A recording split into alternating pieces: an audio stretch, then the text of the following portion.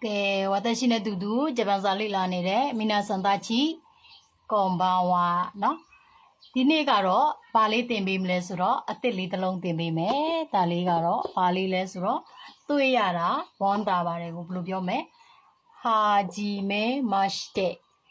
ဟာဂျီမဲမတ်တဲ့နော်ဟာဂျီမဲမတ်တဲ့ကပါလဲမြန်မာလိုတွေ့ရတာဝမ်းသာပါတယ်နော်ဟာဂျီမဲမတ်တဲ့လို့ပြောမယ်မနေ့ကဘာတင်ဝါပေးလဲဆိုတော့ဘာတင်ဝါပေးလဲနေ့ကအိုင်စတေရူနော်အိုင်စတေရူနောက်ပြီးတော့ဒီနေ့ကဘာတင်မေးမလဲဆိုတော့မနေ့ကဝတ်ရှိတင်ဝါပေးတာဘာကိုတင်ဝါပေးလဲဟာနော်ဟာရဲ့ဟီရဲ့ဟာဟီဖူနော်ဖူဟဲဟိုဟုတ်ပြီဒီဟာဟီဖူဟဲဟိုကိုသုံးပြီးတော့ဝတ်ရှိတို့ကစကလုံး၅လုံးတင်ပေးမှာပေါ့နော်စကလုံး၅လုံးဆိုရင်စပန်လိုဘယ်လိုပြောမလဲခိုတိုးပါပေါ့နော်အခြေခံစကလုံး၅လုံးလေးတင်ပေးမယ်ခိုတိုးပါတင်ပေးမှာပေါ့နော်သူကိုဟုတ်ပြီအဲ့ဆိုရင်ဘယ်လိုခိုတိုးပါလေးနဲ့တင်ပေးမလဲဆိုတာကြည့်ကြည့်အောင်နော်ဟာဆိုတော့ငါတို့မြန်မာလိုပန်းကိုဂျပန်လိုဘယ်လိုခေါ်မလဲဆိုတော့ဟာနာနော်ဟာရဲ့နာရဲ့နော်ဟာနာဆိုရင်ပန်းပေါ့နော်မြန်မာလိုအင်္ဂလိပ်လိုကတော့ဘာလေးလဲဆိုတော့ flower ပေါ့ F L O W E R flower နော်ဂျပန်လိုပြောမယ်သူကဘာလဲဟာနာနော်ဟာရဲ့နာရဲ့နော်ဝတ်ရှိတင်ပေးပြောရင်နော်ဒီနေ့ကဘာတင်ပေးမလဲဟာဟီဖူဟဲဟောနဲ့ပတ်သက်တဲ့စကားလုံး၅လုံးပေါ့နော်ဂျပန်လိုပြောမယ်ဆိုရင်ခိုတိုးပါအင်္ဂလိပ်လိုပြောမယ်ဆိုရင် vocab နော် meaning ပေါ့နော်ဆိုတော့ဟုတ်ပြီဟာနာဆိုတာပန်ဟုတ်ပြီနောက်တစ်ခုကဟိ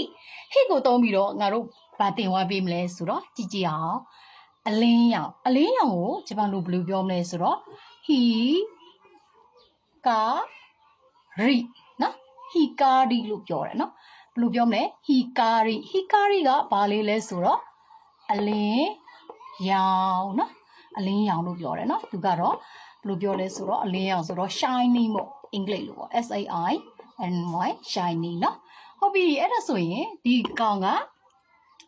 ဟာဟိဖူဆိုရင်ဖူကိုတောင်းပြီးတော့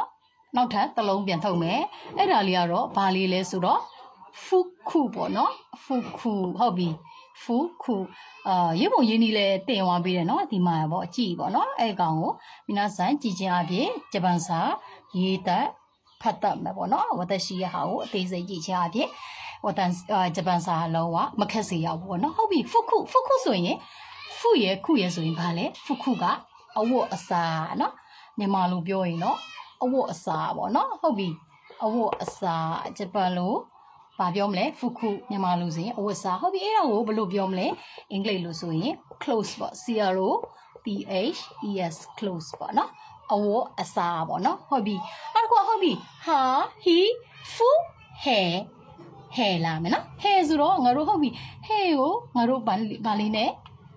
ဟိုဒါမလေးဆိုတော့မိတ်ဖွဲ့မလဲဆိုတော့ဟဲဒါကတော့ရပေါ့နော်ဝတ်ရှိမသိရသေးဘူးရဟဲရဆိုရင်ဘာလေးလဲမြန်မာလိုအခန်းနော်အခန်းလို့ပြောတယ်နော်ဟဲရနော်ဟဲရဆိုတော့ဘာလေးလဲအခန်းအင်္ဂလိပ်လိုဆိုရင်တော့ R O M room ခါလေးနဲ့တော့လူကပါဇက်ကတာပြောတာတကယ်တမ်းရေးချရင်ခါရီကြရင်စာလုံးပေါင်းတွေကမှားတယ်အဲ့တော့ကြရင်လည်းခွေးလို့နားလေပေးပါလို့နော်မြန်မာလိုပြီးအင်္ဂလိပ်လိုပြီးစိတ်ကတော့ရေးချင်တာတော့တစ်ခုပေါ့နော်ရေးမိသွားတာတစ်ခုဆိုရင်အဲ့ဒီချက်လေးမှာဝတ်သက်ရှိကိုနားလေပေးပါပေါ့နော်ဟုတ်ပြီအဲ့ဒါဆိုရင်ဟဲ့ပြီပါလာမယ်ဟိုကကြတော့ဘာနဲ့ငါတို့တုံးမလဲဆိုတော့ဟုတ်ပြီကြည့်ကြရအောင်နော်လွယ်လေးတွေပါနော်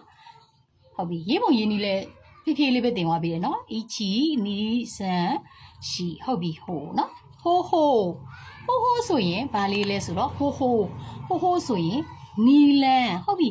ရေးပုံရေးနီးတွေဟိုပေါ့နော်သွားပုံသွားနီလန်းကိုပြောတာပေါ့နော်နီလန်းမြန်မာလိုဆိုရင်ဟုတ်ပြီမြန်မာလိုဆိုရင်နီလန်းဆိုတော့အဲ့ဆိုရင်ငါတို့အင်္ဂလိပ်လိုဘယ်လိုပြောမလဲမတ်တပ်ပေါ့ M E T H O T method ပေါ့နော် method ဆိုတာနီလန်းပေါ့နော်ဟုတ်ပြီဒီနေ့မှာဝသက်ရှိကဘာလေးအသစ်သင်သွားပြီလဲဟာဂျီမဲမတ်တဲ့တွေ့ရတာဝန်တာပါတယ်နော်ဖြည်းဖြည်းအတတ်နိုင်ဆုံးတော့ဖြည်းဖြည်းလေးတော့ရိုက်ထားပေးတယ်ဒါပေမဲ့ရှေ့ကြာသွားရင်လည်းအခုကအင်တာနက်လိုင်းတွေကတိတ်မကောင်းတဲ့အတွက်ဝသက်ရှိကသင်ရတာအခက်ခဲဖြစ်တယ်ပေါ့နော်အဲ့ဒါကြောင့်အတတ်နိုင်ဆုံးတော့ဖြည်းဖြည်းနဲ့တော်ထားပြီးတော့ဗောနော်ခြေကန်ဂျပန်စာတတ်ချင်တဲ့လူတွေတော့ဝသက်ရှိကနော်တန်နိုင်ဆုံးကိုအစဉ်ပြောင်းလုပ်ထားပြီးပါတယ်ဟုတ်ပြီဟာဟီဖူဟဲဟိုကိုအသုံးပြုပြီးတော့ခိုတိုဘာ၅လုံးနော်ပေါကက်၅လုံးထုတ်ထားပြီးတယ်ဟာနာဖတ်ကြည့်ပါဦးဟာနာပန်နော် flower အင်္ဂလိပ်လို့ hikari အလင်းရောင်နော်နောက်တစ်ခုကကြတော့ဗာလဲဆိုတော့ fuku ဆိုရင်အဝတ်အစားနော် clothes ပေါ့အင်္ဂလိပ်လိုခကြတော့နော်ဟုတ်ပြီအဲ့ဆိုရင်ဒီမှာက hair ဆိုရင်အခန်းဆိုတော့အင်္ဂလိပ်လိုကတော့ room ပေါ့နော်ဆိုတော့နောက်တစ်ခုက hole ကဘာလဲဆိုတော့ hole အတန်ရှိသွားမယ်နော် hole မြန်မာစကားမရှိ hole အဲ့လိုမျိုးပေါ့နော်ဒါလေးတော့ပဲ hole ဆိုတော့ဘယ်လိုပြောမလဲနီလန်နော် method ပေါ့နော်အင်္ဂလိပ်လို method ပေါ့နော်ခိုင်ကြရင်အင်္ဂလိပ်စကားသိမပြီးရရှိရင်လည်းနားလည်ပြီးပေါ့နော်ဒါကတော့အဆင်ပြေအောင်ပေါ့အားလုံးတော့ကိုကဲဒီလောက်ပါပဲဒီနေ့ကတော့เนาะအဆုံးထိကြည်ပေးတဲ့သူတွေ like ပေးတဲ့သူတွေ follow ပေးတဲ့လူတွေကိုလေကျေးဇူးအများကြီးတင်ပါတယ်အဆုံးထိကြည့်ရှုပေးတာဘယ်လိုပြောမလဲစိုက်ကောမတဲ့မိတဲ့ခိုရဲတဲ့အာရီယာတိုကိုဇိုင်မစတာဂျာနဲ့မာတာနဲ့ဆိုတာနောက်တွေ့ကြရအောင်เนาะありがとうございました。